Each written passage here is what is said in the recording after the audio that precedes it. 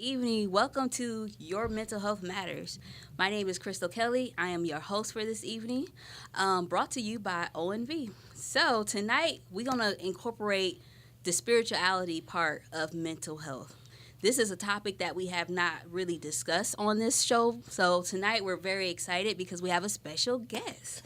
We have our very own Pastor Will Curry. So, sir, if you could just introduce yourself to our audience, that'd be amazing. Well, good evening, Crystal. Thank you for allowing me to come and panel allowing me to come to be part of your conversation. So I'm Pastor Curry. I'm the spiritual pillar director for our Neutral Voices, as well as pastor on the south side of town. And we want to talk about mental health and the spirituality piece of it because they do go together. That's so right. Thank you for having me. Thank you. So spirituality, spiritual, religion, that's a touchy subject in our field. Mm-hmm. So I know you guys have some questions and we want to dive into it. Yeah. So I guess my question coming from your leadership when it comes to being a pastor, do you see a lot of that from like the people that go to your church and just the people that you deal with, not only dealing with maybe like a spiritual battle, but also there's some mental health stuff mixed in there as well? Definitely.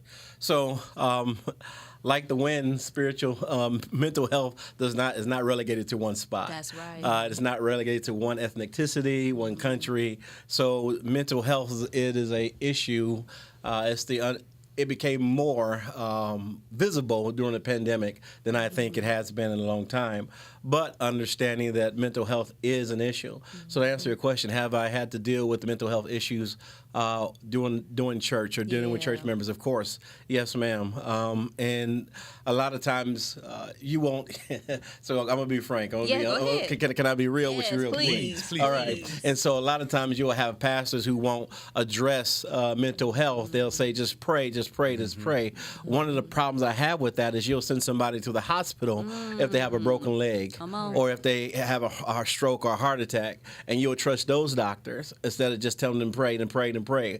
But God made mental health specialists and psychiatrists, social workers, those who work, they're medical doctors on the brain. That's right. And so therefore, if I'm going to send you to get your legs fixed, I should be able to send you to get your head fixed. That's right. And so do I run into those issues? Yes, not just as a pastor, but as a chaplain for the Allen County Jail, as a chaplain for Parkview Hospital when I was there, and even when I worked at Noble County Probation as their instructor. Mental health was profoundly there, no matter where I was. And so, how do we deal with those things? And mainly, first of all, we have to be sensitive. Yes. Sensitive to the person in which you're dealing with. That's right. Because my belief may not be their belief. Yeah. Right. But a commonality or a common playing field is God Himself. Come on. And if we can meet in the middle about God, then we can deal with that part of the mental health. I love that. However, I'm of this class or of the school of the mind to say, hey, it don't stop at me. Yeah. I have a master's in Christian counseling. However, I'm not the duty expert for mental health. Yeah. And so you have to know what your capabilities are. That's right. You know, that's right. Hey, I'm not going to send my car, to the brake specialist if I have a transmission problem. Come on. It just ain't going to happen. You know what I'm saying? Right. And so, yes, to answer your question, I have thus far. That makes a lot of sense because a good point that you made about that is that a lot of pastors I ran into, they feel like they can't refer people out. If they having issues with depression or anxiety, pray about it. Yeah. And that's something that's been going on in our community for years. Yeah. Just trying to break that stigma. Like it's like you said, it's okay. Like this is what we're here for. This is what God put us here for. Right. Right. He allows you to be His hands, His feet. He allows you to be His mouthpiece. That's right. And when you're comfortable, and I have to say this, when you're comfortable with who you are, that me sending someone to you because that's your area of expertise doesn't take anything away from me from being a pastor. That's right. But a good steward, a good shepherd, which is what we're supposed to be, will send the sheep to where they can really get the help they need. That's right. That don't mean I'm not going to tell you to pray. Right. Because I'm going to tell you to pray because prayer works. Come on, always. Okay? But again, what I also want you to do is I also want you to get the other help that you need. Because at the end of the day, if we can get you mentally balance, mentally back into normal, That's right. normalcy, whatever that is, Right. whatever that is, then again, you can spiritually continue to grow. There you go. And so they work hand in hand. This is not a competition, but this is completion. Again, if he made you a psychologist, psychiatrist, he gave you that skill set, then you're working in the gifting that God gave you. Come on. And so we have to again, let's put our egos aside. Please, that's it There we right go. there. Ego. Let's put our Come ego on. aside. That's it. Because reality, the fact is we need each other. That's Right. it. So hit around the nail. Well, Go ahead. Go ahead, I Pastor. have a question. Yes. How do you approach, or how do you suggest other pastors, ministers approach the idea of those that struggle with mental health, however they don't have the foundation of the spirituality or the religion in their lives? So how do you approach that? Because what I see and especially the young people, a lot of them not raised in church, Right. not just in church, but in the Bible. Right. And I do believe that is one of the main issues with them not being able to cope. Right. Because they don't have that foundation. That lack of So support. how do you approach that, and then how do you suggest others approach it? So when it comes to so if I'm understanding your question correctly, is how do you approach someone who doesn't have a spiritual foundation, doesn't have a belief system, Right. But they do have mental health issues, and if they had that foundation, then it would possibly help them better, help Correct. them in dealing with some of the problems. One of the things I believe is first we got to meet them where they are. Yeah, big time. If we meet them where they are, then they don't feel as though you're trying to impose yourself on them. And so you meet them where they are. A lot of young folks, they're angry, they're frustrated, and they're looking for guidance. That's Right. it. And so if we meet them in the midst of their frustration, think about this: before you became saved and gave your life to Christ and you didn't have that foundation, God had to meet you where you were. That's it. Like he met the woman at the well, who was, he met her where she was. Come on. The woman caught in adultery, met her where she was. The man that was lame and told people was met him where he was. Because again, if I can meet you where you are, then I can grow you from where you are. And so when you're dealing with a mental health, a person doesn't have that faith-based foundation, the biggest thing is to find some common ground with them. So that way it opens up that trust. It opens up that line of communication. And it could be something as simple as, hey, do you like basketball? Do you like football? Right. Do you like cars? Right. A lot of the young men and women are into anime right now. It ain't me, but they into anime. Very true. Very As a true. recruiter for the Marine Corps, I recruited out of Kalamazoo, Michigan. One of the big things there was golfing. They say, when in Rome, do as the Romans, right? Right. Don't do that, but I'm just saying. So what I did was I picked up golfing. Why? Because I was able to meet them and communicate with them and share with them about the Marine Corps and even share my faith. And so how do we broach that conversation with young men and women who are having mental issues but don't have a spiritual foundation? Let's meet them where they are. That's Right. it. Let's go into, again, and this is, it's what Jesus did. He went into where they were. He talked their language, and he didn't force himself on them. Come on. That's where I was going to go next. Yes. Because you have a lot of leaders, spiritual leaders, that want to just throw the Bible at them Yep. and throw the scriptures on them, and that can be a turnoff It can be. to a lot of people that Yes. have not grown in the faith. Correct. So yes, maybe we'll talk about that a little more. Yep, and that's fine. The thing is, again, I can't force you to believe. That's right. As in fact, we were never forced to believe. He gave Right. man what we call free will. Yep. So it's up to you to choose to believe. If you choose not to, you deal with the consequences. If you choose to, then you deal with the rewards. Come on. But it's up to you to choose. And as working in the jail, if you're worried about, your dental issues, or if you're worrying about, readers, if you're worrying about everything other than spirit, you're not going to focus on the spirit until you take care of the That's outside very things. true. And so what we have to do is make sure we take care of the other things, because if I'm hungry, I don't care how many scriptures you give me, That's right. I'm not going to listen. That's right. You get what I'm saying? Right. And so therefore we have to make sure we're taking care of the whole whole man, the whole woman, not just the spiritual aspect of it. Come I want you to think about this. When Elijah, I'm going to do some scripture Go at you ahead, now. go ahead. When Elijah ran from Jezebel, what did God do before he started talking to him? He ran, left his servant, went another day's journey. He found himself in a cave by himself, isolated. But what did he do? He allowed him to sleep and eat. Rest.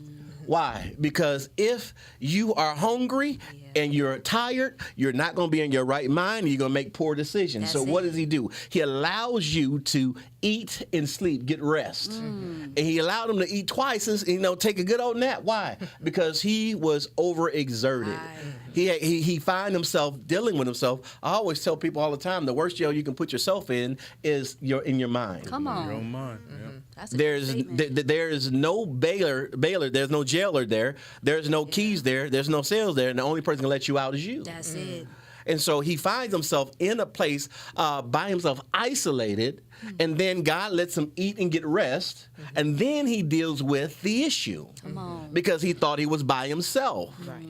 So we have to meet them with their physical needs first, That's it. and then we start pouring in the spiritual things. Right. Does that make sense? Oh yeah. Totally, yeah. Yeah. Okay. Yeah. I always say too, it's you got to have that balance, Yes. body, mind, and spirit. If Yes. you don't feed all of them, you know what I mean, and Correct. things get out of balance, everything starts to slide. Yes, You know what I exactly. mean? So yeah. So how do we, as a faith community, reach those individuals, not just within the four walls, because we tend to get, I guess, trapped That's a great on word Sunday, to use. on Yep. Sunday morning Yes. or Sunday afternoon or what have you, and we're not doing anything else to reach those individuals that really need that connection. So what is the suggestion? I mean, I have my ideas, but I'm not your age. Talk about my ideas. So I wanna know. And here's the thing, your ideas, I always say this, every solution for the problem is within the person, Yeah, within the right. body. Always. Right. And we have to remember the church, even though we like to call the building the church, the church is the body. That's Yeah. right. And we're the body. Now, we're not going to forsake the building or the gathering, because the building is where we get equipped. Yeah. And so the Bible declares we're supposed to equip and then send out. So my thing is to equip and ship. That's really what we're That's supposed to it. do. That's You're it. not supposed to grow roots. No. Come on, somebody. So that's what, we don't see that. But we don't. No, that's Just true. being Now honest, there we has don't to see be that. in the Marine Corps we call this. I'm a little bit of everywhere, No, but you're I'm in the same fine. place. But in the Marine Corps we had what we call a skeleton crew. We kept the one who kept the lights on, kept everything taken care of. But when we would deploy, the main body would be forward. And so we have to have a group of people who are there.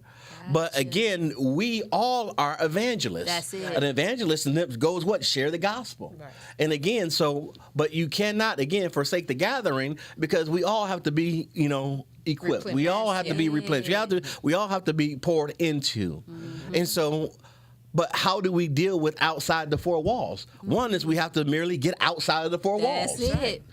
And That's it. again, because the church is in the community, Right. for the community, and it should be of the community.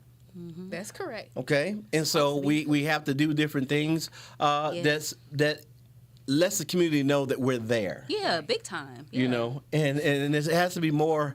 So we do a church picnic, okay, Right. And that anyone's invited. And so there's a piece of property that's behind our church that we do the picnic on purposely, so the community knows, and we have different things out there, and it's open for the community. But you have to do more than that. That's true. You know, And on a regular basis. on a regular, consistent exactly, basis. exactly. Yes, and not when tragedy happens. Exactly. That's what I Exactly. tend to see here Yeah. in Fort Wayne. When tragedy happens, yes, everybody wants to gather and we want to pray Right. and what have you. But then when that fades out, then what's next? Right. Because we're not doing anything in the meantime. And I hope that as a community in Fort Wayne, we can do better on that sense. Right. So, Yep. So sustainability is not just the fact that they had a tragedy, but it's that anyone in here who's had a person die in their family or in their life, the phone calls are good all the way up until the funeral. Right. You know, the support is good all the way up until the funeral. But after the funeral, the phone calls stop, You got to get back to cooking yourself. Yeah. You get what I'm saying? That's And right. so, but what about, the person is still gone. I still need that support. And so reality is we have to have some sustainability after the death or after the tragedy or after the thing that happened. That's right. Because reality, the fact is, if we don't have sustainability, in other words, if we don't put together a plan and grow this plan, then we're going to keep this cycle that we're in. Tragedy happened, everybody's connected high, then it fades, and Same then old, boom. same old, And now we're right. waiting for tragedy again. Right. That is so true. So Miss Tammy, you made some good points. I know you and I, we had talked a while ago about incorporating mental health into our churches. Our idea was we wanted to gather a lot of the pastors because, like you said, it starts at the head. Yeah. Because that's who we look towards. Yeah. But if they get an understanding of there are outside resources when it Yes. comes to mental health, and there's no shame in that. Right. But we want to be able to equip them. Right. And so that's something we've been trying to get up off the ground as well because it's so needed. It definitely is. And the thing is, what you guys are offering is a resource. Yeah. If a member in our church needs something and we are not able to do it, we can go outside of the church to get resources. That's right. That's right. And so this is just another resource. It's not, again, you're not trying to be their pastor. You're not trying to take over the congregation, but you're trying to help this individual fix something. That's it. To get them back in balance. Because one of the hardest things as a pastor is to try to address something that is out of your, expertise. Your scope. Come on. Yeah. And then the worst thing you can do is give them the wrong, information, the wrong way to help the situation. And so right. you have to be honest with oneself. That's it. And say that, hey, this is, like you said, out of my scope. This is out of my expertise. I can tell you what the Bible says. I can tell you, what some of the individuals who dealt with issues in the Bible. Yes, they prayed and they talked to God. Yeah, yeah. Yes, and we're not saying don't do that. That's right. But what we are saying is allow those who are mind doctors Yeah. to Come on. operate on the mind. Come on. That's it. That's Because it. again, I'm not going to have. There's a guy named Dr. Dozier. He works. He deals with mind. He deals with the brain. And I mean, the guy, he's a little different. Okay. But what I've seen him do, there was an individual who was in an accident who had some brain trauma. By all intents and purposes, the young man should have died. But Dr. Dozier came in and did his thing. And the young man the last time I talked to the young man. Right. Now, when I seen him, he couldn't do anything. But the last time I talked to him, he was walking in the hospital. And he talked to me. He had a little bit of a stutter. Okay. But talking to Dr. Dozier, he said that'll go away too. Ain't that something? But if they would have sent a cardiologist to work on his brain, he would be dead. Nah. So you have to have the right person, Yes, come on. the right The right person, tools. the right tools for the job. Yeah. It is. I mean, trust me, I done fixed on cars and bust up my knuckles many times because I didn't have the right tools. Right. Very okay. There Good you go. points. Good points. Yeah. Okay. Oh, yeah. Another thing I want to bring up too, us as mental health providers, one thing that we notice, when we get a client is that we can't talk about religion unless the client introduced that. So when it comes to spirituality, when it comes to your faith, there's another set of counselors, and Yep. that's Christian counseling. Correct. So anybody want to hit on that? Because there's a difference. There's a difference. Yeah, definitely. So to hit on that. Yes.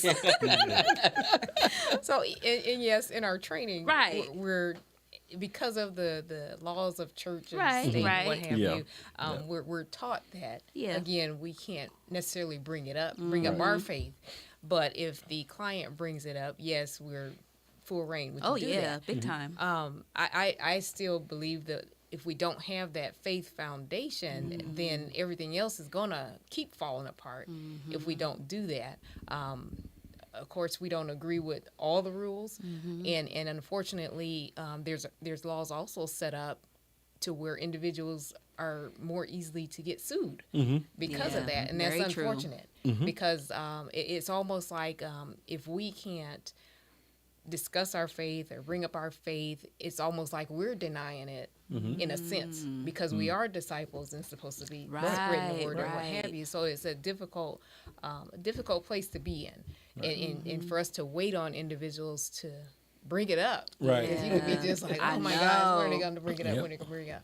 Yeah, You so- can just jump right in it. Right. Yeah. So that's my take on it. Yeah. And I'd say, too, on the other side of that, like we talked about, like with the Christian counseling, I think some Right. people may avoid Christian counselors because they think that that's all it's going to be about. Right. But, again, Right. these are professionals as well, and they know what they're doing when it comes to mental health. And you don't want to throw the baby out with the bathwater. Right. You know what I'm saying? So to speak. And like I said, too, it's, body, mind, and spirit. You got to Yes. feed all three, and you can do all that work mentally, but if your health is shot, Right. and you have no spiritual compass, Right. you know what I mean? There's only so much you're going to get out of therapy. That's anyway. right. Exactly. That's Very true. true. You know? That's Very true. true. Yeah. So, yeah. And as we were talking before we got on the show, working in different industries or different fields that I've worked in, a big portion of what I was teaching when I did teach in Noble County Probation as their instructor, I taught substance addiction and all those things. And my foundation of my teaching, though I had curriculum to teach, the foundation of it was my God, was what I knew about the Bible. So I was able to share things and say things without saying God or without saying Jesus.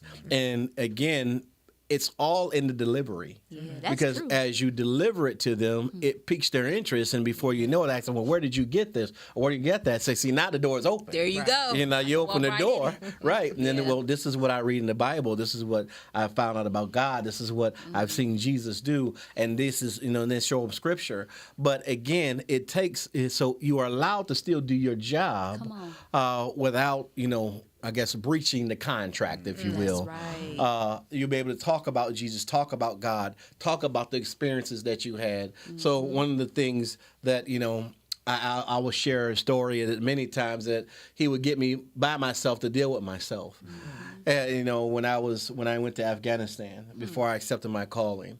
And so I was drinking a lot and this, that, and the other. I was living life. Yeah, it is what it yeah. is. Are we going to be honest? Be honest. Right. And so, and then he got me by myself and he dealt with me, and I was able to rectify some things, get some things straight, and my life got better.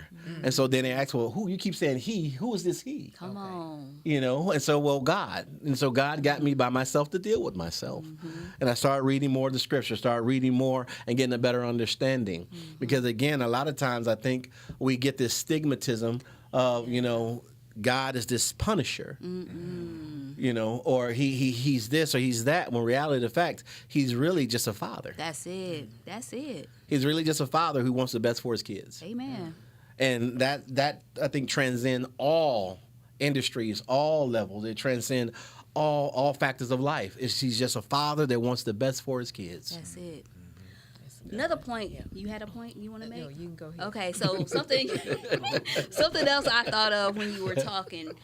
The suicide rate amongst pastors are pretty high. So I guess I want to hear your take on how do you guys take care of yourself, like when it comes to your mental health, because Yeah. souls, Yeah. that's, Yeah. that's a Yeah. heavy weight. It is. Yeah. And I always say this, every pastor needs a pastor. Yeah. You have to have someone that you can talk to. I think about, we just got we just got through the Resurrection Sunday. Yeah. But before Resurrection happened, he went to the Garden of Gethsemane.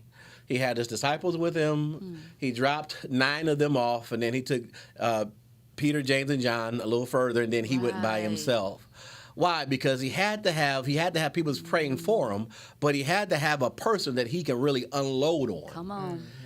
And understand this, Jesus all man, all God, but he had to have someone to pour into him. That's it. Because we are constantly pouring out of us. So you have to have someone who is willing to pour into you, not judge you, That's not right. condemn you, but listen to you. Don't condone. Now, there's a difference That's a between, big difference. don't condone your mess, Come on. but don't condemn you either. That's right. And so I have a pastor, Pontiff Huffman, who I call if I'm having a rough day or even just, I'm feeling blah. I have my wife. I love my wife. I love that. And she's able to speak life in me too. But it's something different about your pastor, about the individual who you can talk to. That's it. As well as, that doesn't mean I don't have a therapist. Come on, Pastor. Because there's some things that pastor just he's good, he knows spiritual gifts, but maybe just maybe I don't need a scripture right now. Maybe I need a little something else. There you go. Come on, I love somebody. that. Come on, somebody. Let's be honest. That you hit it. Right just maybe I might need a little something else. Right. Okay. I love that. And so I can call my therapist. There you go. Because you're right, pastors are dying by suicide more so now than ever. Come on. And I'm talking about pastors who you would think they have mega churches. Yes. They're financially taken care of. I mean, they look out and you see a sea of people, and God has really blessed. But what is it that's causing you to say, okay, not only am I done with this, but I'm done with living? Man, that's a whole nother level. Whole nother level. And so we have to make sure, as men and women of God, that we have someone that we can really talk to. That's right. And I don't want to have to be Bishop Curry, Pastor Curry, Dr. Curry. Right. I need to be Will. There you go. Amen. That's it. I need to be Will. I need to be able to come to you, shed all the titles, shed all the positions. Every leader needs a leader. And when you don't have that, you bottle it up. And when you bottle it up, it's like a bottle of soda. Yeah. Once you crack the seal a little bit, it's going to That's spread it. all over you. That's it. Straight up. Yeah. So a lot of up. times we implode instead of explode because we're taking in all this other stuff on top of all the stuff that you're going through. Yes. Yes. And so it is so for pastors, I can't say this enough. Yeah, please. You need to have a pastor, one who won't condemn you but won't condone your mess. But you also need a therapist from pastor to pastor. I'm breaking the fourth wall. I'm telling you, you need to have someone who can give you the other side of the coin. There you go. And that will keep you balanced. And I got some friends who are pastors who've been pastoring way longer than me, who have finally made that turn and say, yes, I need to talk to somebody. Come on. Because if you don't think pastors struggle, Man. they do. You don't think pastors become alcoholics and drug addicts even though they're preaching on Sunday. Ain't that something? Come on, let's be real. They're humans too. They're humans too. Yeah. Why? Because they deal with all your mess and they ain't got nobody listening to their mess. So the only way they can get out is what? Have a little something to sip. Yeah. And before you know it, they leaving out the pulpit for a couple of seconds to take a couple of hits to come back and preach again because it done got too bad. Very true. Right. Because it gotten out of hand. And so what am I saying? I'm saying get the help that you need. Miracle medicine. I don't care how God do it as long as he does it. That's right. That's right. Because he made penicillin. Come on. That's it. Come on. Come on. He made it. He made it. He made the things that you can put in your body that keep your body going. So how do we disqualify the things that he made? We disqualify those. But then we go pray. You hitting it tonight. I mean, Again, and I'm not saying don't pray. Right, Because right. we need prayer. Prayer is essential. that's And I don't mean, God can't fix it right then and there. right. But if he don't, what if the miracle is the person that he sends to you? Thank you. When he sent Naomi to Ruth, Come on. Naomi means companion. Ain't that something? You hear me? I mean, Ruth means companion, not Naomi. Ruth means companion. So Naomi needed a companion to help her get through the hard time that she was in. If they would have left, and I know I'm doing a lot of talking, I'm sorry, I didn't get excited, I ain't talking about Bible, but good, the bottom line is God sent her somebody that would help her get through the hard times. Straight He didn't up. send her a pastor. There you go. Come on. Because in the situation that she had, she didn't need a pastor at that moment. At that moment. So it doesn't take away from your position or authority as a pastor. It just says, hey, in my toolbox, I have different tools Come on. for that's different it. jobs. Right. Straight up. Every screw is not a Phillips. Come There's a on. reason why they made flatheads. That's Come on. so. Again, Pastor Curry, you hit it on the nail tonight. this is something we need to do a part 2. Well, you let me know when, Come and I'll be on. there. That's You let it. me know when, I'll be there. Because there's so many different avenues we can take when it comes to spirituality and mental health, because Yes, they go definitely. hand in hand. They do. So again, we're almost at our time. We appreciate you coming on our panel tonight. This is beautiful. We Yes. needed this. Yes. The community needed this. Yes. And so we are Your Mental Health Matters. We are on the first and third Fridays of each month, and we're going to bring you some really great hot topics when it comes to mental health. All these resources that we're giving you is free. All you guys got to do is tune in. So again, I appreciate you, Pastor. Thank you. Gratitude. The Gratitude. panel, you guys always bring it. I love it. All right, until next time, please take care and just definitely take care of your mind.